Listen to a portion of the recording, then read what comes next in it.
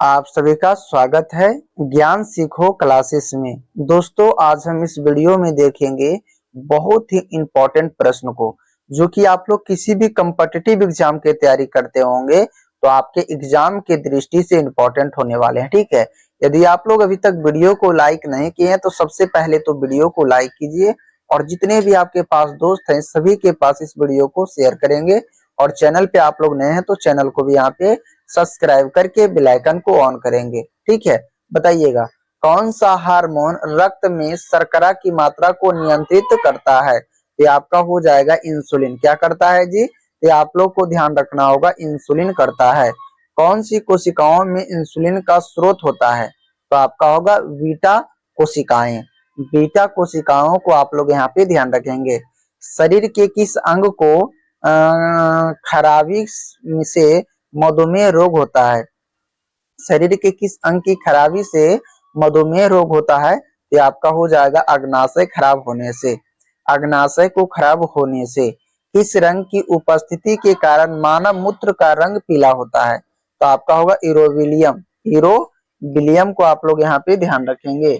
इरोबिलियम को आप लोग यहाँ पे ध्यान रखेंगे। ठीक है, चलिए आपका अगला नंबर प्रश्न होगा यहाँ पे कि किस भाग में पाचन व श्वसन नलियां पास करती है? तो आपका होगा ग्रीष्णी।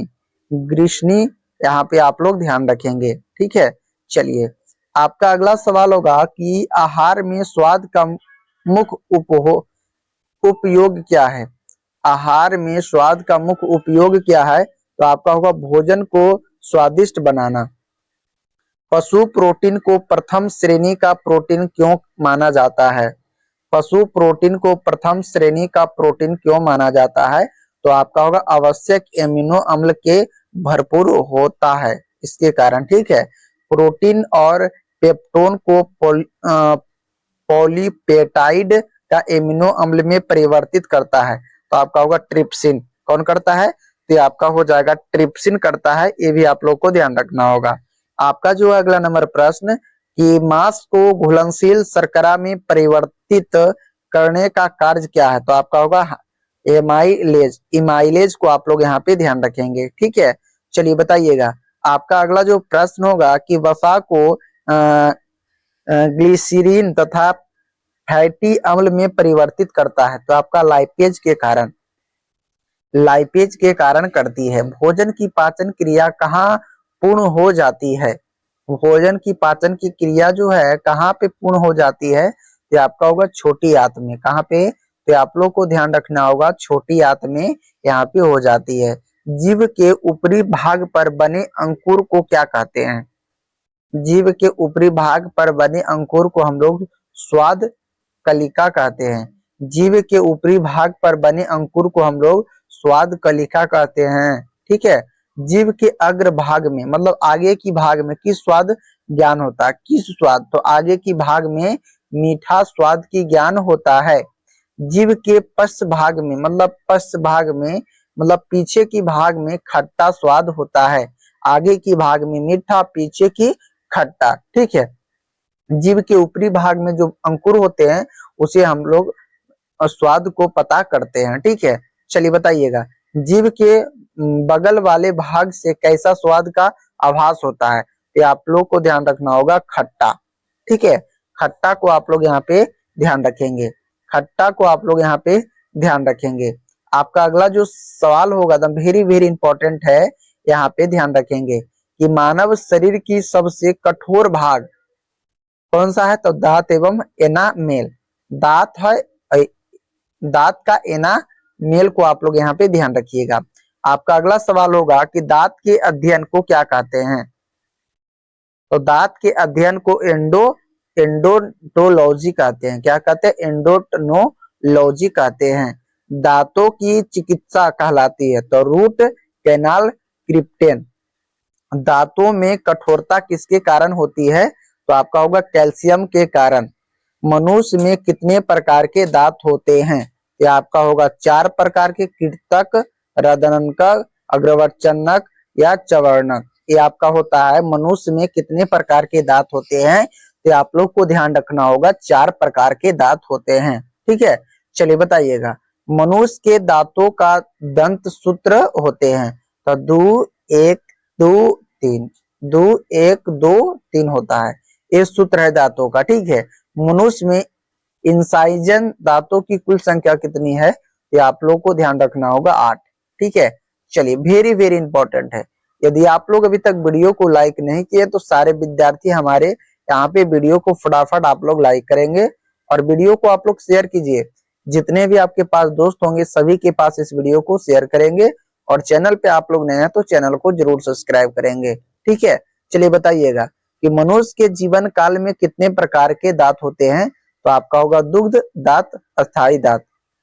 दुग्ध दांत और अस्थायी दांत, मनुष्य के जीवन काल में दो प्रकार के दांत होते हैं।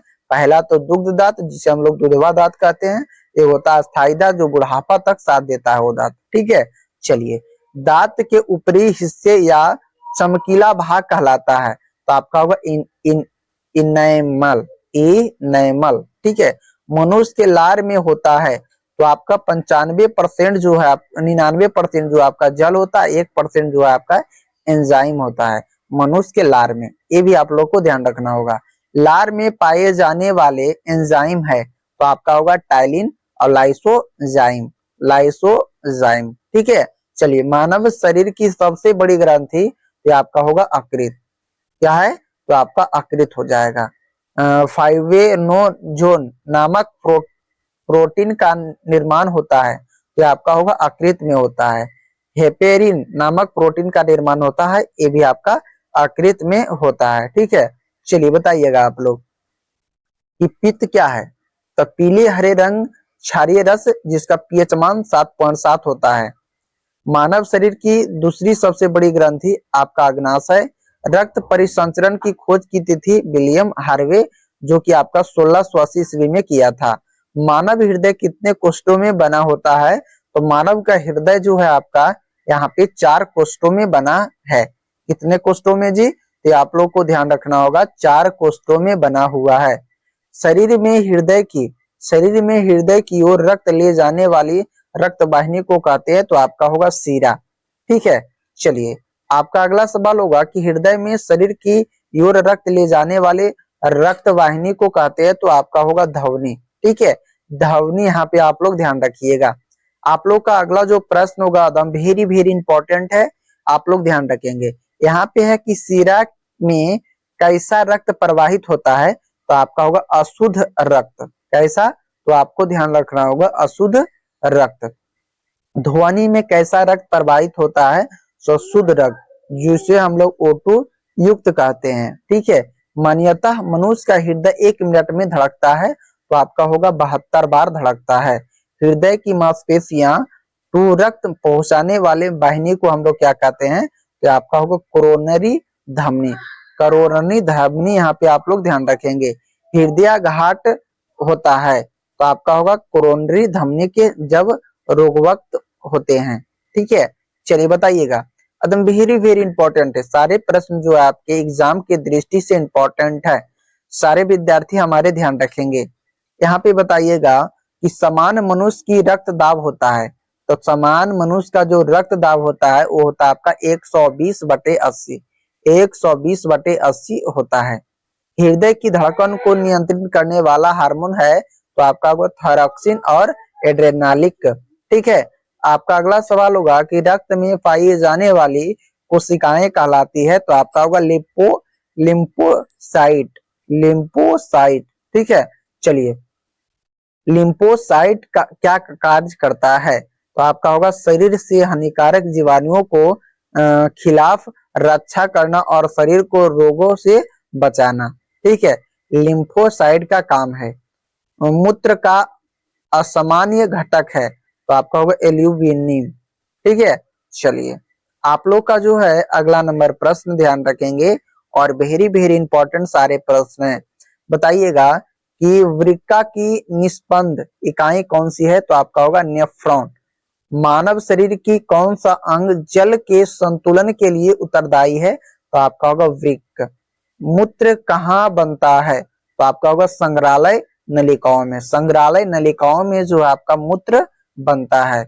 मूत्र का रंग किसके कारण होता है, सॉरी, मूत्र का पीला जो रंग है किसके कारण होता है? तो आपका होगा यूरोक्रोम के कारण। यूरोक्रोम के कारण जो है मूत्र का रंग पीला होता है। मूत्र के स्राव को बढ़ाने वाले औषधि क्या है? तो आपका होगा डायूट्रेटिक। मूत्र होता है तो आपका होगा अम्लीय, जिसका पीएच मान 7 औसत होता है। ये भी आप लोग को ध्यान रखना होगा। यदि आप लोग अभी तक चैनल को सब्सक्राइब नहीं किए हैं तो सारे विद्यार्थी चैनल को सब्सक्राइब करेंगे, वीडियो को लाइक करेंगे और इस वीडियो को आप लोग ज्यादा से ज्यादा शेयर करेंगे। ठीक है, तब तक के लिए जय हिंद, जय भारत। अब हम लोग मिलते हैं एक नए वीडियो में।